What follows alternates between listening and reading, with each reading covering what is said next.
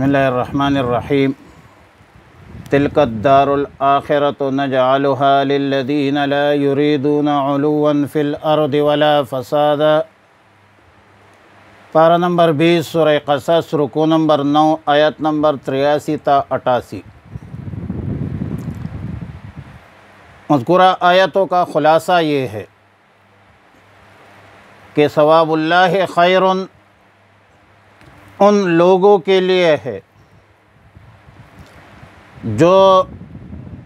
نہ دنیا میں تکبر کرتے ہیں نہ فساد کرتے ہیں، ظاہراً باطناً گناہوں سے اپنے نفس کو پاک رکھتے ہیں، تو حقاً اور یقیناً حسن عاقبت متقین کے لیے ہے جو گناہوں سے اجتناب کرتے ہیں اور اعمال صالحہ کی پابندی کرتے ہیں۔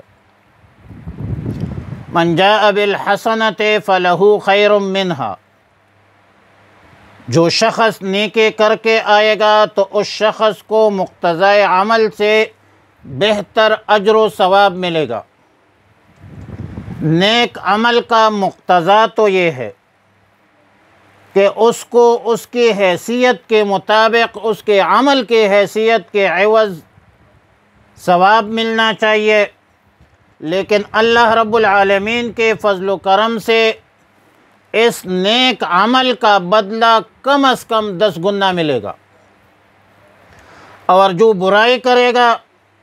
تو اس کو اس کی برائی کی سزا ملے گی، سزا میں اضافہ نہیں ہوگی۔ آیت نمبر 85 میں تسلی ہے رسول اللہ صلی اللہ علیہ وسلم کو کہ اور فریضہ رسالت پر استقامت کے ساتھ قائم دائم رہنے کی تلقین ہے، تاکید ہے کہ کفار مکہ نے آپ کو پریشان کیا، مکہ سے نکالا، قتل کے منصوبے بنائے، مسلمانوں کی زندگی اجیرن کر دی، مگر بالآخر یا رسول اللہ صلی اللہ علیہ وسلم فتح اور غلبہ آپ کو ملے گی، اور معاد سے مراد مکہ ہے، جیسا کہ بخاری شریف کی روایت میں سیدنا عبداللہ ابن عباس رضی اللہ تعالی عنہما سے منقول ہے، اور آیت کریمہ میں اشارہ ہے واپسی کا کہ مکہ مکرمہ زادہ اللہ شرفہ میں آپ فاتحانہ انداز میں داخل ہوں گے۔ اب ہدایت پر کون ہے، دلالت پر کون ہے، یہ میرا رب جانتا ہے، اور یا رسول اللہ صلی اللہ علیہ وسلم آپ کو جو نبوت و رسالت دی گئی ہے یہ محض اللہ کے فضل و کرم سے خداداد ملی ہے، حتیٰ کہ آپ کو خود بھی پتہ نہیں تھا۔ نبی ہونے سے قبل آپ کو علم نہیں تھا کہ آپ پر کتاب نازل ہوگا، مگر اللہ رب العالمین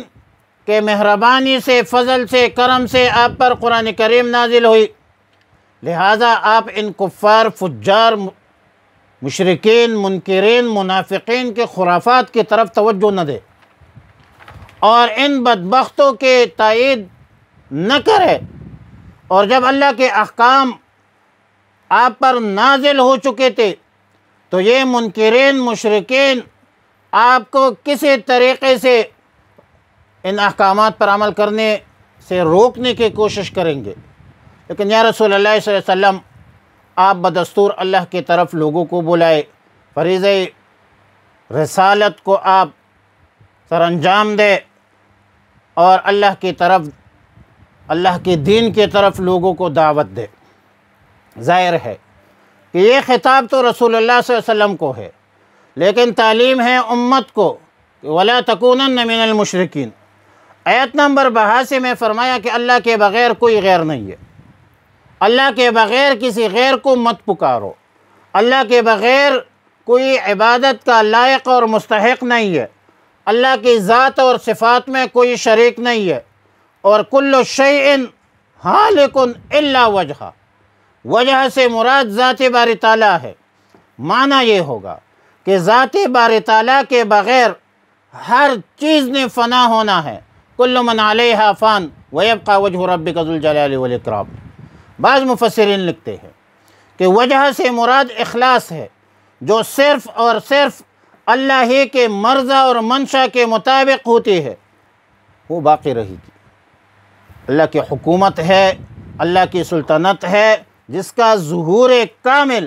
بروز قیامت ہوگی، اور پھر ہم سب نے اللہ کے پاس رجوع کرنا ہے، لوٹ کر جانا ہے، اور اللہ کی طرف ہماری واپسی ہوگی۔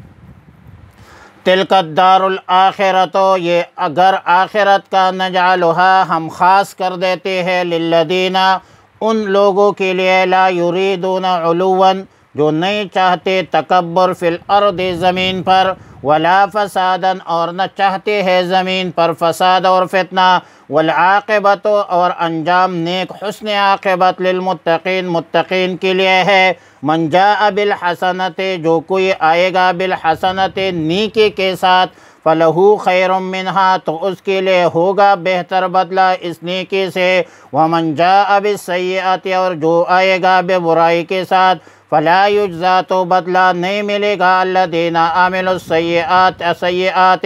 ان لوگوں کے لیے جنہوں نے نیک عمل کی ہے، الا ما کانوا یعملون مگر وہی جو وہ کیا کرتے تھے۔ ان الذی فرض علیک القرآن بے شک وہ اللہ جس نے فرض کیا ہے آپ پر قرآن، لرآدو کا تو وہ لوٹانے والا ہے آپ کو، الی معاد ایک لوٹنے کی جگہ مکہ کی طرف۔ قل کہہ دیجئے ربی عالم میرا رب جانتا ہے، من جاء بالہدی جو کہ کون آیا ہدایت کے ساتھ، ومن ہوا فی ضلال مبین اور کون ہے سری گمراہی پر، وما کنت ترجو اور آپ امید نہیں رکھتے تھے، ان یلقی الیکا کہ اتارے جائے الیکا تمہارے طرف، الکتاب و القرآن الا رحمتا من ربک مگر رحمت سے تیرے رب کی، فلا تکونن پس تم ہرگز نہ ہونا، ظہیرا معاون مددگار، للکافرین کافروں کے لیے، ولا یصدنک اور تمہیں وہ ہرگز نہیں روکیں گے، ان آیات اللہ اللہ کے آیتوں سے، بعد اذ انزلت الیکا بعد اس کے نازل کی گئی تمہاری طرف، ودعو اور آپ بلائے الی ربک اپنے رب کی طرف، ولا تکونن اور ہرگز مت ہونا من المشرکین مشرکین میں سے، ولا تدعو اور مت پکارے مع اللہ اللہ کے ساتھ الہا آخر کسی اور معبود کو، لا الہ کوئی معبود نہیں الا ہو مگر وہ ذات ہے، اللہ کے سوا کوئی معبود نہیں، کل شیء ہالک ہر چیز ہلاک ہونے والی ہے، الا وجہہ مگر ذات باری تعالی، لہ الحکم اللہ کے حکم ہے، وإلیہ ترجعون اور اسی کی طرف تم سب لٹائے جائیں گے۔ وصلی اللہ علی النبی الأمی الکریم۔